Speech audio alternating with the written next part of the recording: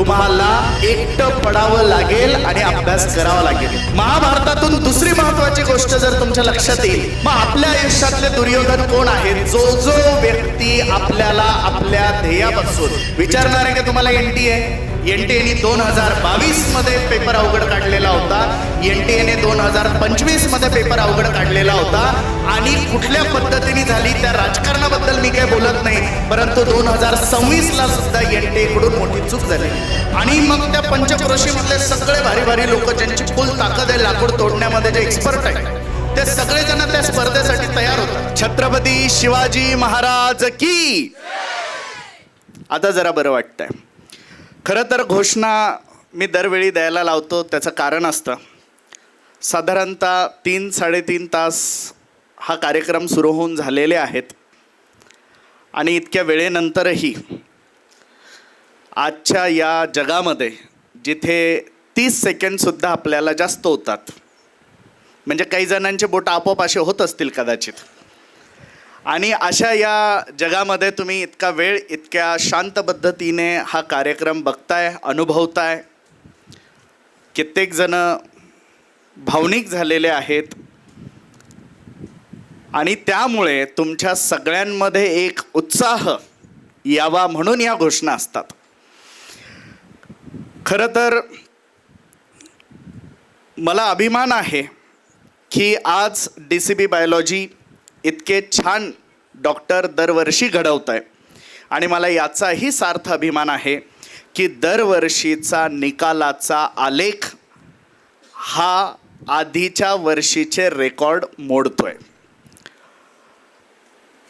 त्यात मला मुळात एक गोष्ट सांगायला आवडेल की DCB बायोलॉजी क्लास हा कुठली फॅक्टरी नाही आहे, ही कुठली कंपनी नाही आहे, हा कुठला कॉर्पोरेट क्लास नाही आहे, तर DCB बायोलॉजी हे एक कुटुंब आहे. आणि या माझ्या कुटुंबातले माझे लहान भाऊ, माझ्या बहिणी येणाऱ्या काळामध्ये या देशाची एक चांगले डॉक्टर म्हणून सेवा करतील. कारण डॉक्टरांचा अर्थ माझ्याशिवाय, म्हणजे कदाचित संकटात आल्यानंतर आपण सगळेजण अनुभवूच, परंतु डॉक्टर आपल्या आयुष्यात काय असतो हे कदाचित माझ्या मते माझ्याशिवाय जास्त चांगलं कोणी ओळखू शकत नाही. कारण केदार सरांनी जसं सांगितलं, 2021 मध्ये मला मुलगा झाला, माझ्या घरी एक मुलगा जन्माला आला. त्या दिवशी एक जन्म नव्हता झालेला, 2 जन्म झालेले होते. एक माझा मुलगा आणि दुसरा त्याचा बाप. आणि आज आपण बघितलं की आपल्या विद्यार्थ्यांच्या आयुष्यामध्ये वडिलांचं किती मोठं महत्त्व असतं. खरं तर जसं सोंडके सरांनी कमीत कमी त्यांच्या भाषणात 3दा सांगितलं, सर फार स्ट्रिक्ट आहे, सर फार स्ट्रिक्ट आहे. 5 वेळेस सांगितलं. जान्हवी ते मोजत होती, सरांनी 5 वेळेस सांगितलं मी फार स्ट्रिक्ट आहे. सगळ्यांना वाटतं मी फार स्ट्रिक्ट आहे, परंतु मी स्ट्रिक्ट आहे याचा अनुभव घेणारे लोक फार कमी आहेत. सर माझ्या माघारी माझ्या नावाने पोरांना एवढी भीती दाखवता की पोरांना वाटतं हे देशमुख सरच्या नादीच लागायला नको. आपण इकडं सोंडके सरांकडेच आपलं काय असेल ते मॅटर निपटवायचं, पालकांचं वगैरे काय असेल ते यांच्यापर्यंतच उरकवायचं, देशमुख सरपर्यंत काही जायचं नाही. तर खरं तर सोंडके सरांनी जे सांगितलं ते 100%हून जास्त खरं होतं. कारण ते मला गेली 17 वर्ष आम्ही एकत्र आहोत. क्लास नंतर आला, आधी आम्ही चांगले मित्र होतो आणि नंतर हा क्लास आलेला आहे. आणि कदाचित त्यांना अजूनही 17 वर्षांपूर्वीपासूनचा मी आठवत असतो. मग ते लोकांना सांगत राहतात देशमुख सर लय स्ट्रिक्ट आहे. आता आपण आज जे काही MBBS मुलांचं यश तुम्ही बघितलं, हे यश दाखवण्यामागे काय कारण आहे ते आपण खरं तर समजून घेतलं पाहिजे. या यशामागचं स्ट्रगल तुमच्यापर्यंत दाखवण्याचं काय कारण आहे ते आपण समजून घेतलं पाहिजे. मला माझे विद्यार्थी फक्त एक चांगले डॉक्टर म्हणून नको आहे, तर मला माझे विद्यार्थी येणाऱ्या काळातले एक आदर्श म्हणून सेट करायचे आहे. आणि त्यांनी कुठल्या कष्टातून हे यश मिळवलेलं असतं ते मला दाखवायचं आहे. आणि म्हणून आपण हा सगळा खटाटोप दरवर्षी करत असतो. या मुलांकडे बघितल्यानंतर तुम्हाला जाणीव झालेली असेल की माझ्याकडे काही फार उच्चभ्रू असलेले विद्यार्थी येतही असतील, परंतु असं गरजेचं नाही आहे की तुम्ही फार उच्चभ्रू असाल, तुमचं बेसिक एज्युकेशन फार स्ट्रॉंग असेल आणि मगच तुम्ही एखादी स्पर्धा परीक्षा क्रॅक करू शकता, असं या जगामध्ये नाही. मला हेच तुम्हाला सांगायचं असतं आणि म्हणून आपण हा सगळा खटाटोप करत असतो. तुम्ही कार्तिक मोरेबद्दल बघितलं. कार्तिकला तब्येतीचे एवढे इश्यू होते आणि सोबत बऱ्याच ट्रॅजेडीज झालेल्या होत्या. आता त्या सगळ्या आपण इथे सांगू शकत नाही, परंतु कार्तिक जेव्हा जेव्हा माझ्याकडे यायचा तेव्हा त्याच्या बोलण्यामध्ये ते एक दुःख असायचं की सर हे माझ्यासोबतच का होतं. आणि दरवेळी मी त्याला हिंमत द्यायचो की बेटा आपल्यासोबत काहीतरी स्पेशल पण होणार आहे. आणि आज 611 मार्क घेऊन तो मुलगा MBBSला जातो आहे. तुम्ही व्हिडिओमध्ये त्याचं घर बघितलं आहे, त्याच्या कुटुंबातले लोक बघितलेले आहेत. आजही ते आपल्यासोबत आहेत, इथे आहेत. आणि असे मुलं जर डॉक्टर बनत असतील तर नक्कीच येणाऱ्या काळामध्ये ते समाजाला खूप चांगल्या पद्धतीने काहीतरी देऊ शकतात असा माझा ठाम विश्वास आहे. कार्तिक नंतर आपण स्वयंला बघितलं, स्वयंच्या वडिलांबद्दल आपण ऐकलं आणि स्वयंच्या वडिलांची माझी स्टोरी मला बऱ्याचदा सेमच वाटायला लागली. ये वो स्ट्रिक्ट आहे, ये वो स्ट्रिक्ट आहे. पण ते खरं तर स्ट्रिक्ट असणं गरजेचं असतं, कारण आजच्या काळातली ही जी मुलं आहेत, जर यांना आपल्याला ठिकाण्यावरती जर ठेवायचं असेल तर आपल्याला थोडंसं स्ट्रिक्ट हे वागावंच लागेल. त्याच्याशिवाय आपली मुलं ही व्यवस्थित राहणार नाही. त्याच्यामुळे मी माझ्या मुलांवरती फार प्रेम करतो, मग मी माझ्या मुलाला प्रत्येक गोष्ट देईल वगैरे वगैरे. हा जर आपला अप्रोच असेल तर तो कदाचित येणाऱ्या काळामध्ये आपल्याला त्रासदायक ठरू शकतो. आपण आमिरचं एक्झाम्पल बघितलं. त्याच्या वडिलांनी सांगितलं की तो उर्दू मीडियमचा विद्यार्थी होता आणि त्यांनी जे सांगितलं ते इतकं खरं आहे. तो जेव्हा पहिल्यांदा माझ्याकडे आलेला होता मागच्या वर्षी, त्यावेळेला आमिरला खरोखर NCERT इंग्रजी माध्यमातून असल्यामुळे तेवढं विशेष सुरुवातीला खरंच कळत नव्हतं आणि तो खूपदा माझ्याकडे यायचा. आणि तो बोलायला एवढा गोड माणूस आहे, म्हणजे तो खरं तर फार चांगला डॉक्टर बनेल, कारण त्याला गोड पण बोलता येतं. तो अरे सर नहीं ना सर, मेरे को तो कुछ नहीं आ रहा ना सर, यार सर तो मैसे क्या सर, असं तो इतकं बोलायचा माझ्यासोबत. आणि गोड बोलून की असे ना कसंही की असे ना तो त्याचे सगळे डाऊट सॉल्व करून घ्यायचा. तुम्ही राहिलबद्दल बघितलं, तुम्ही सचिनबद्दल बघितलं. सचिननी किंवा सचिनच्या आईनी जे सांगितलं, खरं तर सचिन जे आयुष्य जगलं आहे ते आयुष्य कधी काळी आम्हीही जगलो आहे. एका बिल्डिंगमध्ये 10 लोक रेंट भरायचे आणि राहायचे 25 लोक. आणि मग जर समजा आमचे जे ओनर आहेत ते जर समजा चुकून कधी आले तर ते आमच्या बिल्डिंगच्या खाली एक दुकान होतं आणि ते दुकान त्यांच्या मित्र चालवायचे, जे ओनर होते बिल्डिंगचे. ते तात्या म्हणायचो आम्ही त्यांना. तात्या जर तिथं जर बसले तर आमच्याकडे असं असायचं, जे वरती आहेत त्यांनी वरतीच थांबायचं, त्यांनी खाली यायचं नाही, कारण तात्या विचारतील तू कोण, तू इथे का आला. आणि दुसरा एक धाक होता तात्यांचा, ते इंग्रजीत बोलायचे. कदाचित उत्तर देऊ नाही टाकू, पण परत ते इंग्रजीत प्रश्न विचारायचे. असे 2 धाक होते. जो बाहेर राहिला त्याला मेसेज जायचा की बाबा तात्या खाली बसलेले, आता तू काही येऊ नको, कारण रेंट भरणारे लोक फार कमी होते. कदाचित कोणाला माहिती नसायचं रेंट कोण भरते, आणि राहणारे लोक 25 होते. आणि सचिनची परिस्थितीचा थोडा प्रॉब्लेम होता. तो माझ्याकडे आला पहिल्या वर्षी, फार उशिरा आलेला होता. टेस्ट सिरीज त्याला जॉईन करायची होती आणि तो आला आणि तो मला म्हटला की सर माझी फीस कमी करा.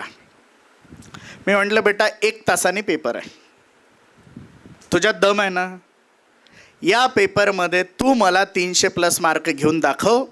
जर आले तर तुला जी फीस भरायची ती फीस, आणि जर नाही आले तर माझी टेस्ट सिरीजची जी फीस आहे ती तुला पूर्ण भरावी लागेल. आणि खरोखर सचिनसोबत 4 जण होते. हे एकूण 4 जण माझ्याकडे आलेले होते. 4ही जणांना सेम स्कीम दिलेली होती. फक्त सचिनला मार्क आले आणि खरंच त्याला जी फीस भरायची, मला माहीत नाही त्यांनी किती भरली होती की नाही हे माहीत नाही.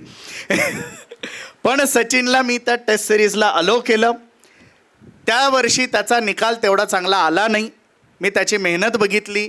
तो रूमवरती राहत नव्हता. मला काही जणांनी सांगितलं की सर हा मुलगा रूमवरती राहत नाही, याची रूम नाही आहे, हा क्लासचा समजा असं असं फायदा घेतोय बा, हा क्लासवरतीच असतो आणि सकाळी जातो आणि परत येतो, कोणाकडे तरी जाऊन आवरून येत असावा तो.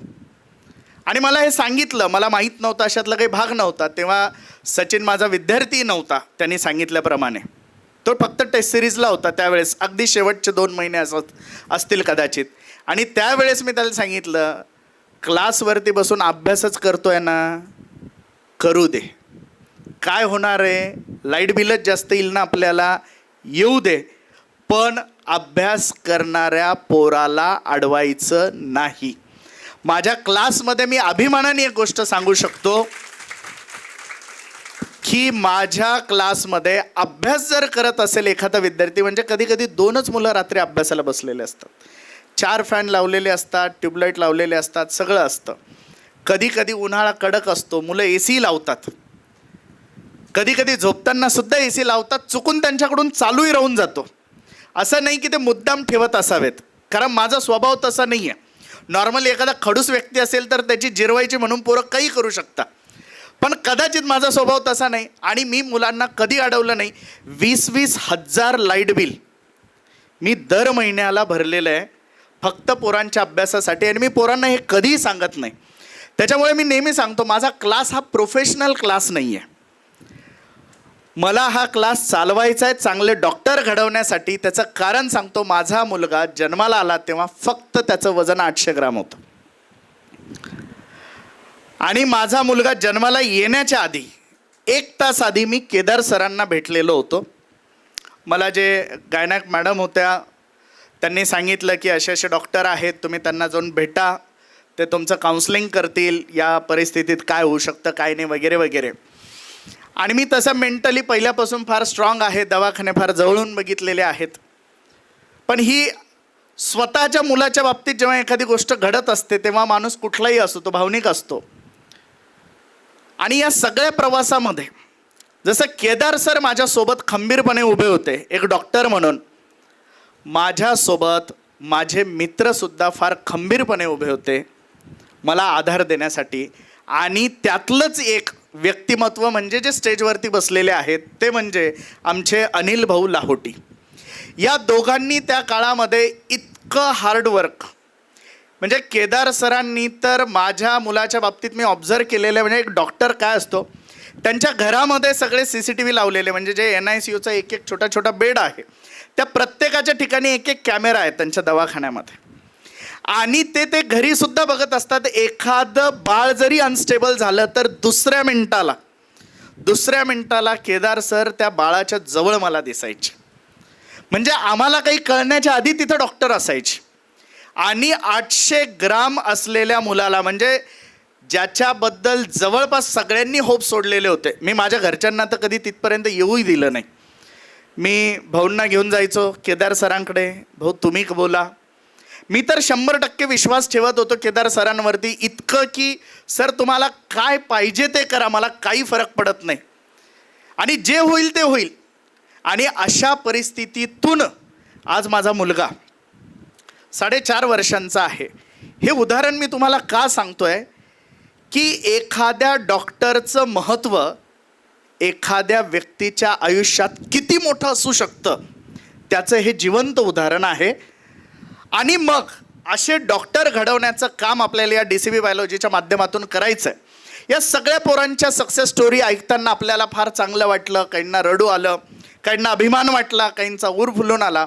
पण हे यश जितक्या इझिली या 3-4 मिनिटांच्या व्हिडिओमध्ये दिसतंय, हे यश तेवढं सोपं नाही. ही जी लढाई चालली आहे ना, ही लढाई महाभारतापेक्षा कमी नाही आहे. जर तुम्हाला जिंकायचं असेल तर तुम्हाला सुद्धा पांडवांसारखं वनवासामध्ये जावं लागेल. तुम्हाला तुमचे मित्र, तुमचे कार्यक्रम, तुमचे नातेवाईक या सगळ्या गोष्टींना सोडून तुम्हाला एकटं पडावं लागेल आणि अभ्यास करावा लागेल. कुठलाही वनवास झाल्याशिवाय तुम्हाला कधीही यश मिळू शकत नाही. हे महाभारत शिकवतं, ते पांडव शिकवतात आणि तेच आपल्याला आत्मसात करण्याची गरज आहे. महाभारतातून दुसरी महत्त्वाची गोष्ट जर तुमच्या लक्षात येईल, कर्ण सुद्धा प्रचंड श्रेष्ठ होता आणि अर्जुन सुद्धा खूप श्रेष्ठ होता. परंतु महायुद्धाच्या शेवटी अर्जुन जिंकलाय आणि कर्ण हारलाय. आणि याचं मूळ कारण जर तुम्ही शोधायला गेलात तर तुमच्या लक्षात येईल, कर्ण हा कदाचित अर्जुनापेक्षा 1% का होईना जास्तच श्रेष्ठ होता, परंतु त्याची संगत दुर्योधनाची होती. आणि अर्जुन कदाचित कर्णापेक्षा 1% का होईना कमी स्किल असणारा योद्धा होता, परंतु त्याची संगत श्री कृष्णाची होती. जर तुम्हाला नीट क्रॅक करायची असेल तर तुम्हाला ठरवावं लागेल की मला दुर्योधनासोबत राहायचंय की श्रीकृष्णासोबत राहायचंय. मग दुर्योधन कोण आहे आपल्या आयुष्यामध्ये? दुर्योधन कोण आहे? मला महाभारतातल्या बाकी कर्णाने असं का केलं याच्या खोलात मी जात नाहीये, परंतु जे झालंय त्याच्याबद्दल आपल्याला विचार करावाच लागेल. मग आपल्या आयुष्यातले दुर्योधन कोण आहेत? जो जो व्यक्ती आपल्याला आपल्या ध्येयापासून दूर करतो, जी जी वस्तू तुम्हाला तुमच्या ध्येयापासून दूर करते, ज्या ज्या गोष्टी तुम्हाला तुमच्या ध्येयपूर्तीपासून दूर नेते, आजपासून ते सगळेजण आपल्या आयुष्यातले दुर्योधन समजा आणि त्यांना मागे सोडा आजपासूनच. त्याच्याशिवाय आपण कधीही यश मिळवू शकत नाही. हे सगळ्यात महत्त्वाचं लक्षात घ्या. यश मिळवणं म्हणजे काहीतरी मला नीट करायची म्हणून बोंबलत उठले आणि नीट क्रॅक झाली असं यात इथे बसलेल्या एकाही पोरासोबत नाही झालंय. त्यांनी ठरवलंय की माझा गोल काय आहे.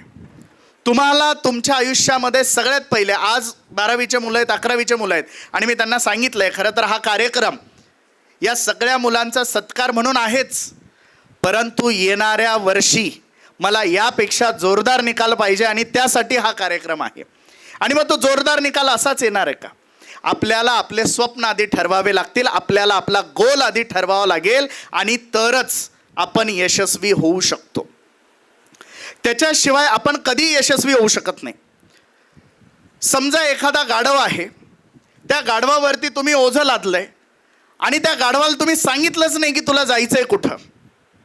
ते गाढव कधीही त्याच्या डेस्टिनेशनपर्यंत, त्याच्या लक्ष्यापर्यंत पोहोचू शकत नाही. तेच जर त्या गाढवावरती ओझं लादून तुम्ही बसले आणि जर तुम्ही त्याच्या तोंडासमोर एक गाजर जर पकडलं तर त्या गाजराच्या मागे म्हणजे ध्येयाच्या मागे ते गाढव सुद्धा योग्य ठिकाणी पोहोचतं. आणि मग जर ध्येय असल्यावर गाढव जर योग्य ठिकाणी पोहोचत असेल तर माझ्या मते, मी जितकं समजतो त्याप्रमाणे इथे बसलेले माझे सगळे 11वी 12वीचे विद्यार्थी हे माणसात आहेत. जर ध्येय असलेला गाढव जर पोहोचू शकतो तर हे माणसं का नाही आपल्या स्वप्नपूर्तीपर्यंत जाऊ शकत? त्याच्यामुळे सगळ्यात महत्त्वाची गोष्ट आहे आपला गोल सेट करा. मग लगेच पोरं ठरवणार, चला सर अपना गोल तो फिक्स आहे. पोरांना विचारायचं कुठे जायचं? सर एम्स कोई जाणे काय. 6 महिन्यांनी विचारायचं, पोरं कुठे जायचंय? सर GMC तर भेटलंच पाहिजे. पुढच्या 6 महिन्यांनी विचारायचंय, सर GMC भेटण्यासाठी मी पूर्ण मेहनत करणार आहे, पण नाही झालं तर मी रिपीट करणार आहे. आणि त्याच्या 6 महिन्यांनी पेपरच्या 1 महिना आधी विचारलं, ते मला विचारतंय, सर रिपीटरच्या फीसमध्ये काही कमी जास्त होईल का? हा 2 वर्षांचा आलेख आहे जो आम्ही विद्यार्थ्यांचा बघत असतो. त्याच्यामुळे गोल सेट करून काय होत नाही. गोल तर सगळ्यांचा सेट आहे, मला डॉक्टर बनायचं आहे. मग गोल सेट केल्यानंतर सगळ्यात महत्त्वाची स्टेप असते बेटा स्ट्रॅटेजी. हे स्वप्न माझं पूर्ण कसं होणार? जर मला एम्सला जायचं आहे, तर मला किती मार्क पाहिजे? मला GMC पाहिजे तर मला किती मार्क पाहिजे? आणि सध्या मुलींना सेमी गव्हर्नमेंटसुद्धा फ्री आहे. मग काही जणांचं असतं, सर मेरे को ये नहीं आ रहा वो नहीं आ रहा, सेमी गव्हर्नमेंट ही सही. मग सेमी गव्हर्नमेंटला जायला सुद्धा किती मार्क लागतात हे पहिले विचार करावा लागेल. मग तो विचार केल्यानंतर तुम्हाला स्ट्रॅटेजी ठरवावी लागेल की बाबा मला बायोमध्ये किती मार्क आले पाहिजे, मला फिजिक्समध्ये किती मार्क आले पाहिजे, मला केमिस्ट्रीत किती मार्क आले पाहिजे. तुम्हाला छोटं उदाहरण सांगतो. आपण सुरुवातीलाच घोषणा दिली छत्रपती शिवाजी महाराजांच्या नावाने. त्या शिवाजी महाराजांच्या समोर जेव्हा अफजल खानाचा व्यक्ती जेव्हा चालून आला या स्वराज्यावरती, तेव्हा अफजल खानाचं सैन्य भलं मोठं होतं, शिवाजी महाराजांकडे नव्हतं. कदाचित अफजल खानाला खुल्या मैदानामध्ये शिवाजी महाराज चॅलेंजही करू शकले असते, परंतु शिवाजी महाराजांना एकही मावळा गमवायचा नव्हता. आणि मग अशा वेळेस शिवाजी महाराजांनी काय केलं तर ती असते स्ट्रॅटेजी. सगळ्यात पहिले शिवाजी महाराजांनी प्रतापगड निवडला. एक लक्षात घ्या, तुम्हाला माहिती पाहिजे सिलेबसमध्ये मी कुठे स्ट्रॉंग आहे आणि मी कुठे वीक आहे. खुल्या मैदानात जर गेलो तर माझं काय होणार आहे, आणि मी जर माझ्या मैदानात जर शत्रूला बोलवलं तर काय होणार आहे, हे शिवाजी महाराजांना चांगल्या पद्धतीने ठाऊक होतं. त्यांनी प्रतापगडच निवडला. त्याचं कारण होतं, त्यांना एकही सैन्य शहीद न करता त्यांना हे युद्ध जिंकायचं होतं. दुसरी महत्त्वाची गोष्ट स्ट्रॅटेजी. प्रतापगड निवडल्यानंतर त्यांनी अशा परिस्थिती तयार केल्या की अफजल खानाला त्याचं 70% अधिक सैन्य महाबळेश्वरच्या पलीकडे सोडून कमी सैन्यासहित यावं लागलं. येतानाचा रस्ता असा निवडला गेला की त्याला पोहोचता पोहोचता नाकी 9 येतील. त्याच्या जेवणामध्ये असे अन्नपदार्थ मिसळले गेले की त्याची नेहमी चिडचिड होईल, त्याचे रागराग होईल. आणि हे सगळं केल्यानंतर शिवाजी महाराजांनी अफजल खानाच्या उंचीच्या, अफजल खानाच्या ताकदीचा एक माणूस बोलवला आणि रोज त्याच्यासोबत प्रॅक्टिस केली. आता पोरांना एखाद दिवशी आम्ही टेस्ट पेपर अवघड काढला की ते लगे रडत येतात, सर वो पेपर बहुत हार्ड था इसलिए मेरे को मार्क नहीं आए. NTA काय तुला पत्र लिहून विचारणार आहे? बाळ, 2027चा पेपर मी कसा बनवू जेणेकरून तुझे अश्रू वाया जाणार नाही, विचारणार आहे की तुम्हाला NTA. NTAने 2022मध्ये पेपर अवघड काढलेला होता, NTAने 2025मध्ये पेपर अवघड काढलेला होता. आणि कुठल्या पद्धतीने झाली त्या राजकारणाबद्दल मी काही बोलत नाही, परंतु 2026ला सुद्धा NTA कडून मोठी चूक झालेली होती. परंतु NTA चुकीची आहे हे सांगून आपण डॉक्टर बनवू शकत नाही. त्याच्यामुळे माझं स्पष्ट मत आहे, हे सगळे डिस्ट्रॅक्शन्स बाजूला ठेवा. आपण या देशात जन्माला आलेलो आहोत, या मानसिकतेच्या लोकांमध्ये जन्माला आलेलो आहोत. जर आपल्याला यश मिळवायचं असेल तर प्राप्त परिस्थितीमध्ये काय करता येतं ते आपण ठरवलं पाहिजे. लोकांच्या नावाने रडून कोणी या जगात यशस्वी होऊ शकत नाही. मग शिवाजी महाराजांनी अफजल खानाला तिथे बोलवलं, त्याच्या ताकदीचा माणूस आणला, त्याच्यासोबत प्रॅक्टिस केली. प्रॅक्टिस करताना शिवरायांच्या लक्षात आलं, माणूस धडधाकट आहे, धिप्पाड आहे, मोठ्या उंचीचा आहे, याच्या मानेवर जर वार करायला गेलो तर ते साध्य होणार नाही. बऱ्याचदा पोरं माझ्याकडे रडत येतात, सर मला फिजिक्स येत नाही, मी काय करू. आणि खूप मुलांना मी सांगत असतो त्यांनी काय केलं पाहिजे, काय नाही केलं पाहिजे. मग त्यांनी कळालं, त्यांना मानेवरती वार करून याला मारणं शक्य नाही आहे.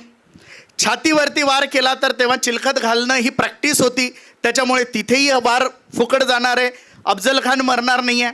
मग त्यांनी युक्ती शोधली की याच्या पोटावरती वार करणं आपल्याला शक्य आहे, कारण शिवाजी महाराजांची उंची कमी होती, ताकद कमी होती आणि एकट्याला अफजल खानासमोर जायचं होतं. आणि हे सगळं झाल्यानंतर त्यांनी वैद्याला बोलवलं. नेमका कुठे वार केल्यानंतर अफजल खान कोसळेल, आणि हे सगळं केल्यानंतर या स्वराज्याच्या इतिहासातलं सगळ्यात मोठं 1 to 1. तुम्ही कधी ऐकलंय कुठला राजा एकटा लढायला गेला कोणासोबत? शिवाजी महाराज उगाच नाही झाले. कदाचित त्यावेळेस ते म्हटले असते, तू जाय रे पुढं, तू शहीद झाल्यावर पाहतो काय नेमकं होतंय. पण त्यांनी तसं केलं नाही आणि म्हणून ते महाराज आहे. आणि या सगळ्या स्ट्रॅटेजिक प्लॅन नंतर योग्य वेळेवरती शिवरायांनी त्याचा कोथळा बाहेर काढला. म्हणजे यश मिळवण्यासाठी शांतता पाहिजे, संयम पाहिजे, धैर्य पाहिजे, योग्य वेळेची वाट बघण्याची तुमच्या ताकद पाहिजे. आणि जेव्हा योग्य वेळ येते तेव्हा तुम्हाला तिथे तुटून पडता आलं पाहिजे. बऱ्याचदा पोरं माझ्याकडे येतात, सर नीटच्या पेपरला गेलो आणि मग काय झालं, मला आहे ना फार घाबरल्यासारखं झालं, मला असं झालं, मला तसं झालं, मला हे झालं, मला ते झालं. त्याचे कारण आहेत. तुम्ही जर टेस्ट सिरीज जर प्रॉपर सॉल्व जर नाही केल्या तर तुमच्या मनामध्ये ही भीती राहणार. पण जर तुम्ही टेस्टचे सगळे पेपर जर प्रॉपर सॉल्व केले तर ही भीती तुमच्या मनात कधीही राहणार नाही. त्याच्यामुळे फक्त गोल सेट करून फायदा नाही, त्याच्यासोबत स्ट्रॅटेजी पाहिजे. आणि फक्त स्ट्रॅटेजी फायद्याची नाही तर प्लान तर आपण लय भारी भारी करतो. एका पोराला सांगितलं वर्गात सोंडगे सरांनी, म्हणे मला उद्या तुझा प्लान दिसला पाहिजे की तू कसा कसा अभ्यास करणार आहे. पोरग घेऊन आला माझ्याकडे, मी वाचलं. त्यांनी लिहिलेलं होतं पहाटे 4 ते 6 केमिस्ट्रीचा अभ्यास करणार. म्हटलं व्हेरी गुड, कारण 4ला आपले पोरं कसे उठतात हे तुम्हाला सगळ्यांना माहिती आहे. इवन तुम्ही कसे उठता ही तुम्हाला माहिती आहे. मग 6 वाजेनंतर आवरून 7 वाजेला क्लासला यायचं, 7 ते 1 क्लास करायचा. पोरांनी लिहिलं 1:30 ते 4 मी बायोलॉजीचा अभ्यास करणार. म्हटलं वा बेटा. नंतर त्यांनी लिहिलं मी 4 ते 8 फिजिक्सचा अभ्यास करणार. वा बेटा. नंतर त्यांनी लिहिलं मी 8 ते 11 परत एकदा केमिस्ट्रीचा अभ्यास करणार. आणि मी तो सगळा प्लान त्याचा वाचला आणि त्याला म्हटलं हे खरंच शक्य आहे का? प्लान कोणीही करतं बेटा, प्लान करताना प्रॅक्टिकल अप्रोच असला पाहिजे. आज सरांनी म्हटलं 10 तास अभ्यास करा, मग काही लिहून आणलं यांनी प्लॅनिंग होत नाही. प्लान असा पाहिजे की तो एक्झिक्यूट करता आला पाहिजे. उगाच काहीतरी आज विचार केला, 2 दिवस फॉलो केलं, 3ऱ्या दिवशी आजारी पडला, परत 4थ्या दिवशी म्हणतोय सर मी आजारी होतो, मग 8 दिवस त्याच्यात गेले आणि मग परत एकदा तेच रडगाणं त्यांचं चालू असतं. तर असं चालत नाही. आपला फोकस ठरलेला पाहिजे आणि फोकस जर आपला फिक्स असेल तर तुम्ही 8 तास 9 तास केलेला अभ्यास यश मिळवण्यासाठी सफिशियंट आहे. 12 तास अभ्यास करतो, 15 तास अभ्यास करतो, या गोष्टीवरती माझा विश्वास नाही. मी मुलांना कधीही तू पहाटे उठून अभ्यास कर, तू रात्री जागून अभ्यास कर, हे मी सजेस्ट करत नाही. माझं स्पष्ट मत असतं ज्या मुलांना पहाटे उठण्याची सवय आहे त्यांनी पहाटे उठून अभ्यास करावा. ज्या मुलांना रात्री जागण्याची सवय आहे त्यांनी रात्री जागून अभ्यास करावा. पण रात्री जागून अभ्यास करावा याचा अर्थ असा होत नाही की रात्री 11ला अभ्यासाला सुरुवात केली. दुसऱ्या दिवशी एखादं पोरगं, आमचं रिपीटरच्या बाबतीत असं बऱ्याचदा होतं, एखादं पोरगं 8 वाजेला येतं लेक्चरला, लेक्चर असतं 7ला, त्याला विचारतो का रे बेटा लेट का झालं? सर नाइट मारा मैंने. क्या बात है बेटा, कितने बजे तक पढ़ाई करो? सर 2 बजे तक पढ़ाई कर रहा था मैं, इसलिए मेरे को सुबह मतलब नींद ही नहीं खुला मेरा वगैरे वगैरे सांगतात. ते भारी भारी सांगतात एकदम. आणि मग 2 वाजेला झोपलास, वा यार भारी. मग अभ्यासाला कितीला बसला होता? ते म्हणतं रात्री 11ला बसलो होतो सर. म्हटलं कशाला जीवाला त्रास करून घेतो बाळ? दिवसा तुझा इतका वेळ वाया चालला आहे, त्यातले 3 तास वाचव आणि अभ्यास कर. कोणी सांगितलंय शरीराला त्रास द्यावा? असं काही गरजेचं नाही आहे. दिवसभरात आपला जिथे जिथे वेळ वाया जातोय तो वेळ वाया जाणारा जर आपण थांबवला तर आपण अतिशय व्यवस्थितपणे सगळे कामं झोप व्यवस्थित घेऊन पूर्ण करू शकतो. त्याच्यामुळे असले वाह्यात कार्यक्रम संध्याकाळी 4ला त्याला म्हणायचं का रे बेटा अभ्यासाला बसतोस का? नाही, थोडा आता चहा पितो. चहा पिला की अभ्यासालाच बसायचं. मग चहा पिण्यात याचा 1 तास जात राहतो. मग चहा पिल्यावरती हे कसा बसा अभ्यासाला बसला की याला तहान लागते, याला वॉशरूमला जायचं असतं आणि लगेच थोड्या वेळाने याला आठवण येते मेसवर काय बनवत असतील, किंवा जो घरी राहतो त्याचं सारखं लक्ष किचनकडं असतं आई काय बनवत असेल. त्याला खाण्यात इंटरेस्ट आहे अशातला भाग नाही आहे, पण त्याला अभ्यासात तेवढा इंटरेस्ट नाही आहे हे त्यातून दिसत असतं. मग कसं बसं जेवण केलं की याला कोणतरी सांगितलं आहे जेवण केल्या केल्या झोप येते, थोडंसं चाललं पाहिजे. मग हा पोरगा चालायला लागतो. चालायला लागल्यानंतर याला कोणतरी सांगितलं आहे की रात्री अभ्यास करायचा असेल तर 1 कप छान गरम चहा प्यावा, कॉफी प्यावी. मग हा पोरगा चहा आणि कॉफी बनवण्यात वेळ वाया घालवतो. असं सगळं करून हा 11 वाजेला अभ्यासाला सुरुवात करतो. कसा बसा 12:30पर्यंत अभ्यास होत असतो. त्याच्यानंतर हा बळजबरी डोळ्यात आणून जागी राहतो आणि 2ला झोपतो. आणि दुसऱ्या दिवशी काय सांगतो मी नाईट मारली आहे. मग सकाळी क्लासला उशिरा, दुपारी घरी आल्यावर आईला वाटतं बाबा रात्रभर जागलाय, मग परत झोपतो, परत 4ला उठतो, चहापासून सगळा कार्यक्रम सेम आहे. त्याच्यामुळे असले वाह्यात प्लान जर आपले मुलं करत असतील तर ते कामाचे नाही हे समजून घ्या. आपला फोकस हा आपल्या अभ्यासावरती असला पाहिजे. आणि त्याच्यानंतर सगळ्यात महत्त्वाची गोष्ट येते ती म्हणजे एक्झिक्युशन. एक्झिक्युशन काय असतं मी तुम्हाला अगदी सोप्या भाषेत सांगतो. एका गावामध्ये लाकूड तोडण्याची स्पर्धा चालू होते आणि मग त्या पंचक्रोशीमधले सगळे भारी भारी लोक ज्यांची फुल ताकद आहे लाकूड तोडण्यामध्ये, जे एक्सपर्ट आहेत, ते सगळेजण त्या स्पर्धेसाठी तयार होतात. सगळेजण त्या स्पर्धेला येतात. स्पर्धा सुरू होते. वेगवेगळे राऊंड होतात स्पर्धेचे आणि सगळे राऊंड संपल्यावरती 2 व्यक्ती शेवटचे उरतात ज्यांनी लाकूड तोडण्याच्या स्पर्धेमध्ये अतिशय चांगलं काम केलेलं आहे. त्यातला एक व्यक्ती एकदम मजबूत, ताकदवर आणि एकदम तरुण पोरगा असतो आणि दुसरा व्यक्ती मात्र थकलेला आणि म्हातारा व्यक्ती असतो. तो व्यक्ती बघितल्यानंतर या तरुणाला वाटतं की यार ये बुड्ढा ये क्या कर लेगा, आणि याला खरंच लाकडं तोडता येत असतील, एवढ्या स्पर्धेत हा इथपर्यंत कसा आला, असं त्या तरुणाने विचार केला. आणि त्याने विचार हा पण केला की आता तर जिंकणार मीच आहे, माझा विजय तर फिक्स आहे, कारण ह्या म्हाताऱ्याकडून मला हरवणं शक्य नाही. मग दुसऱ्या दिवशी फायनल होणार असती आणि त्यांना 2 वेगवेगळ्या जंगलामध्ये पाठवलं जातं जवळजवळच्या, आणि लाकूड तोडण्याची स्पर्धा सुरू होते. झाडं तोडायची असतात आणि त्याचे लाकडं बनवायचे असतात. मग ती स्पर्धा सुरू होते. हा जो तरुण असतो हा पहिल्या सेकंदापासून जोरदार कामाला लागतो. स्वतःच्या अंगात असलेली सगळी ताकद वापरायला लागतो. हळूहळू त्याची जी कुऱ्हाड आहे ती बोथट व्हायला लागते, पण तो थांबत नाही. तो त्याचं काम कंटिन्यू करत असतो आणि तो अंदाजही घेत असतो की म्हाताऱ्याचं काय चाललंय, कारण जंगल असतं उघडं, आवाज येत राहतात.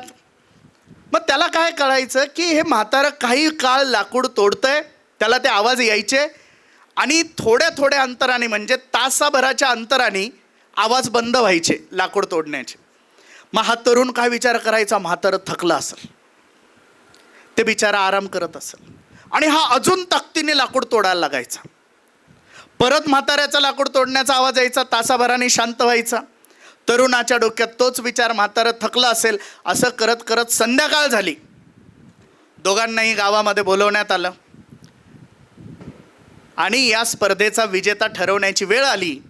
आणि जेव्हा स्पर्धक विजेता घोषित करण्यात आला तेव्हा जिंकलेला व्यक्ती हा तो म्हातारा होता. त्या तरुणाला आश्चर्य वाटलं की यार हा दर तासाला थांबत होता, हा कस काय जिंकू शकतो. आणि मग तो त्या म्हाताऱ्याकडे गेला आणि तो म्हटला, यार तू दर तासाला थांबत होतास, तू आराम करत होतास, आणि मग तू ही स्पर्धा कस काय जिंकू शकतो. माझ्या एवढी ताकद तुझ्यात नाही आहे, तरी तू ही स्पर्धा कस काय जिंकू शकतो. तेव्हा त्या म्हाताऱ्याने दिलेलं उत्तर इथं बसलेल्या प्रत्येक 11वी 12वी आणि रिपीटरच्या पोराने डोक्यात फिट करायचं आहे. त्या म्हाताऱ्याचं उत्तर हे होतं की बेटा, दर तासाला मी आराम करत नव्हतो, तर मी माझ्या कुऱ्हाडीला धार लावत होतो, आणि त्याने दर तासाला आपल्या कुऱ्हाडीला धार लावली म्हणून त्याचं काम खूप फास्ट होत होतं. आणि हा व्यक्ती मात्र खोट्या गर्वामध्ये जगत होता आणि बोथड झालेल्या तलवारीने प्रचंड मेहनत घेत होता, कारण त्याला वाटत होतं मी जिंकणार, हे फिक्स आहे. त्याच्यामुळे लक्षात ठेवा, नीट क्रॅक करण्यासाठी एक्झिक्युशन जे आपल्याला करायचं आहे ते इतक्या स्मार्टली करायचं आहे, इतक्या व्यवस्थित पद्धतीने करायचं आहे. आपल्या रिव्हिजन एवढ्या प्रॉपर करायच्या, नुसती गाढव मेहनत करू नका. मी एवढा अभ्यास करतो, मी एवढे घंटे बसतो, मी हे करतो, मी ते करतो, असं कदापि करू नका. अभ्यास जास्त वेळ करायचाच आहे, परंतु तो करत असताना प्रॉपर रिव्हिजन, प्रॉपर एक्झिक्युशन आपल्या प्लॅनिंगचं आपल्याला करायचं आहे. आणि जर असं केलं तर तुम्ही पुढच्या वर्षीच्या जल्लोष यशाचा निर्धार महानिकालाच्या कार्यक्रमामध्ये जसे आजचे आपले मोठे भाऊ बहीण मानकरी आहेत, तसे 2027ला मला तुम्हाला पुन्हा एकदा इथे बघायचं आहे, एवढीच मी माझी इच्छा इथे व्यक्त करतो. जाता जाता मी तुम्हाला एवढंच सांगेल, सावन तो छोड़ो धूप में भी बरसात आएगी, सावन तो छोड़ो धूप में भी बरसात आएगी, जब तू खुद को पहचानेगा और तेरी मुलाकात खुद से होगी, खुद से होगी.